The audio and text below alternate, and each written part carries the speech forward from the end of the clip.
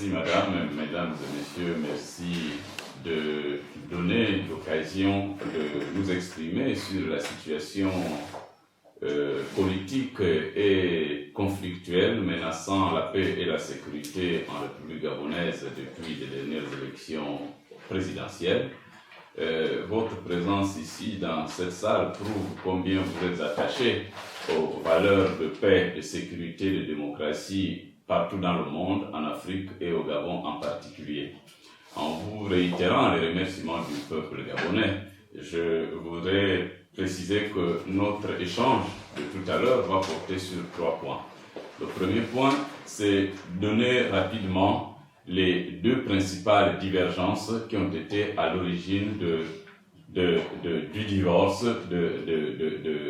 de ma décision de quitter M. Ali Bongo Ondimba en démissionnant à la fois du gouvernement et du Parti démocratique gabonais qui est le parti au pouvoir au Gabon.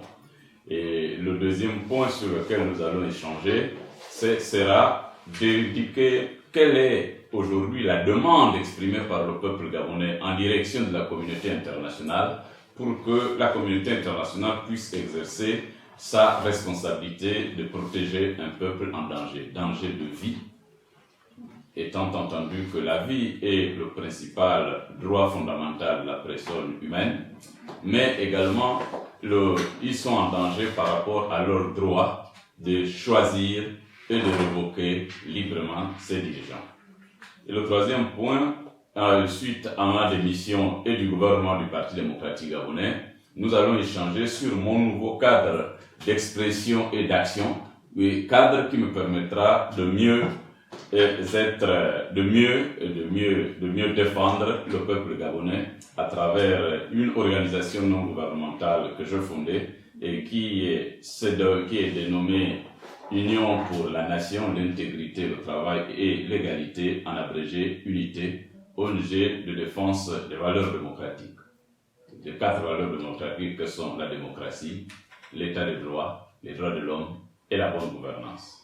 En ce qui concerne donc le tout premier point, j'ai décidé de me séparer de M. Ali Bongo Ondimba, démissionnant à la fois du gouvernement du parti, parce que à la veille de la publication des résultats par le ministère de l'Intérieur, des résultats provisoires, nous étions donc le 30 août 2016, un mardi. Le président Ali Bongo Ondimba, accusant M. Jean Ping d'avoir organisé la fraude par le biais d'un hacker ivoirien, M. Jean Ping accusant M. Ali Bongo Ondimba d'avoir organisé la fraude dans la province du Haut-Ogooué, province dont sont originaires les parents de M. Ali Bongo Ondimba, où il y aurait eu, selon les résultats annoncés par le ministre de l'Intérieur, un pourcentage de participation de près de 100%, dans lequel M. Ali Bongo Ondimba s'en tirait avec à peu près 95,93% des suffrages exprimés. Face à ces accusations croisées de fraude venant et de M. Ali Bongo Ondimba, président de la République en exercice à l'époque, et de M. Jean Ping, la tension était vive dans le pays, l'implosion était perceptible, si seulement on publiait des résultats sans avoir au préalable procédé à un recomptage de voix bureau de vote par bureau de vote sur la base des procès-verbaux tels que le demandait le peuple gabonais, tel que le demandait la communauté internationale. Donc j'ai invité M. Ali Bongo Ondimba à accepter ce recomptage transparent devant les témoins que constitue la communauté internationale, les représentants de l'opposition, les représentants de la majorité, ce qu'il n'a pas accepté. Et bien sûr, le deuxième point de divergence, c'était que j'ai tenté en vain de lui expliquer que son argument de fraude qu'il incomberait à l'opposition, qui incomberait à Jean Ping, par le biais d'un hacker ivoirien, j'ai tenté de lui expliquer que le système électoral gabonais n'a pas encore institué un transfert de résultats par voie électronique. Les résultats sont transférés des bureaux de vote vers les commissions locales électorales dans les départements, puis vers les commissions provinciales électorales dans les chefs-lieux de province, et ensuite vers la commission nationale électorale jusqu'à la Cour constitutionnelle, sur support papier, procès-verbaux remplis manuellement dans chaque bureau de vote, devant le public, devant tous les électeurs, parce que ça se passe dans les salles de classe, et les populations sont généralement autour des salles de classe suivant le processus de dépouillement, dépouillement, d'enregistrement des résultats sur les procès-verbaux papier, en autant de copies originales qu'il y a de représentants des candidats et qu'il y a les organisateurs destinataires des différents procès-verbaux. Monsieur Ali Bongo Ondimba continue à croire qu'un hacker pouvait venir modifier les résultats transportés sur PV papier. Il n'y a pas de possibilité qu'un hacker intervienne. Donc cet argument n'était pas un argument solide. À la limite, c'était un argument qui aurait rendu le Gabon ridicule vis-à-vis de la communauté nationale et internationale, vis-à-vis des gens qui connaissent un tout petit peu quelque chose en matière d'informatique. On ne peut trafiquer informatiquement que des données transmises par voie électronique et non pas par voie manuelle. Donc, bien sûr, je n'ai pas été compris, je n'ai pas été entendu par M. Ali Bongo Ondimba. J'ai été obligé de publier mes deux positions, en les postant sur ma page Facebook, de sorte que je puisse prendre à témoin aussi bien l'opinion nationale que l'opinion internationale, en lui disant et en répétant que si ce résultat était publié sans le recomptage préalable et transparent, le lendemain, il y aurait implosion en République gabonaise. Je n'ai pas été entendu le 30 août, le 31 août, il a fait publier les résultats par le ministre de l'Intérieur et comme cela était prévisible, le Gabon a implosé. Le carnage est particulier. Nous n'avons jamais connu une période aussi grave en République gabonaise depuis les indépendances et même avant les indépendances sous la période coloniale. Il n'y a jamais eu un carnage de cette nature.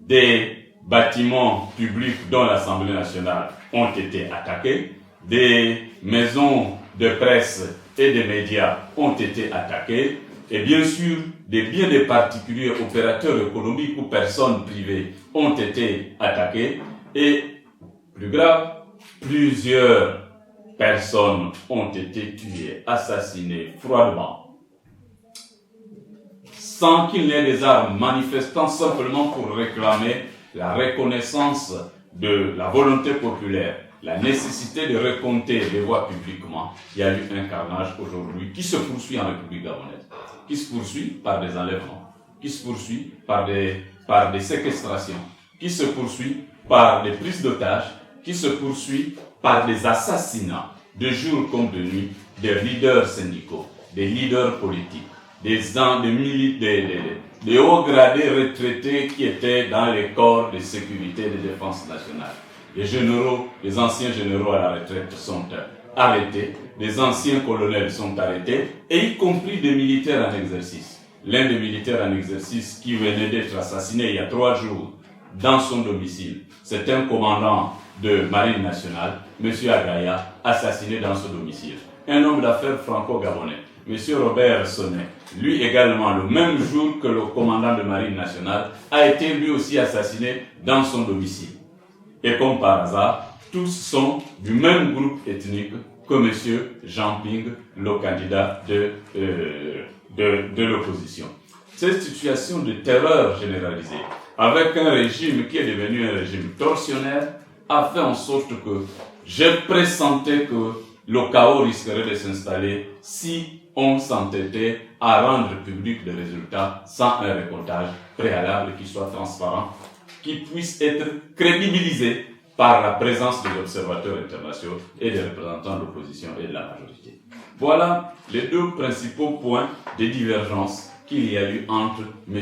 Ali Bongo Ondimba et moi et qui a été à l'origine de mon choix, plutôt pour défendre le peuple gabonais, prendre fait et cause pour le peuple gabonais, que de me contenter à rester dans un tel système de ne pas être responsable du carnage qui devrait se passer.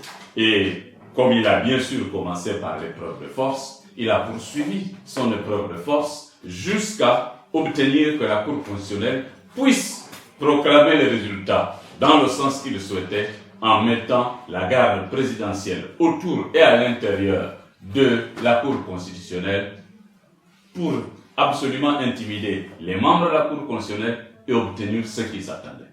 J'ai publié sur ma page Facebook une deuxième déclaration que j'ai faite le 4 septembre avant de démissionner le 5 septembre. Dans cette déclaration, je disais clairement que si il n'y a pas une force internationale de sécurisation de la Cour constitutionnelle et des membres de la Cour constitutionnelle, M. Ali Bongo Ondimba ferait proclamer les résultats à la Cour constitutionnelle, le revolver à la tempe, l'épée dans les reins, et bien malheureusement la baïonnette placée à un endroit qui est pourtant destiné à s'y asseoir, mais il aurait placé des baïonnettes partout pour que la Cour constitutionnelle puisse proclamer en sa faveur sous l'effet de la contrainte, parce que les uns et les autres étaient physiquement menacés. Et je l'ai publié sur ma page Facebook le 4 septembre, et vous avez constaté dans quelles conditions la Cour constitutionnelle l'a fait. J'avais également sur la même page Facebook indiqué qu'il va y organiser des complicités entre le ministère de l'Intérieur et la Commission nationale électorale pour fabriquer de vrais faux procès-verbaux et faire croire que ce sont les procès-verbaux détenus par M. Ping, revenant de ses représentants dans les différents bureaux de vote, qui seraient des procès-verbaux faux. Et comme je l'ai dit le 4 septembre, et je l'ai écrit le 4 septembre, vous avez constaté à la proclamation des résultats par la Cour constitutionnelle dans la nuit du 23 septembre, ce que j'ai dit plusieurs semaines avant, ce produit. On a fait croire que c'est M. Jean Ping qui avait des faux procès-verbaux. Et que les vrais, c'était ce que la Sénat avait eu à transmettre à la Cour constitutionnelle, alors que ce sont les procès-verbaux originaux venant des différents bureaux de vote. C'est sur cette base que les résultats du Haut-Ogooué ont été pris en compte. C'est sur cette base que les résultats du deuxième arrondissement de Libreville, où M. Jean Ping a obtenu le maximum de suffrages exprimés, on a annulé 21 bureaux de vote sur ce deuxième arrondissement de Libreville pour priver M. Jean Ping de voix nécessaires à être celui que le peuple gabonais a souverainement choisi.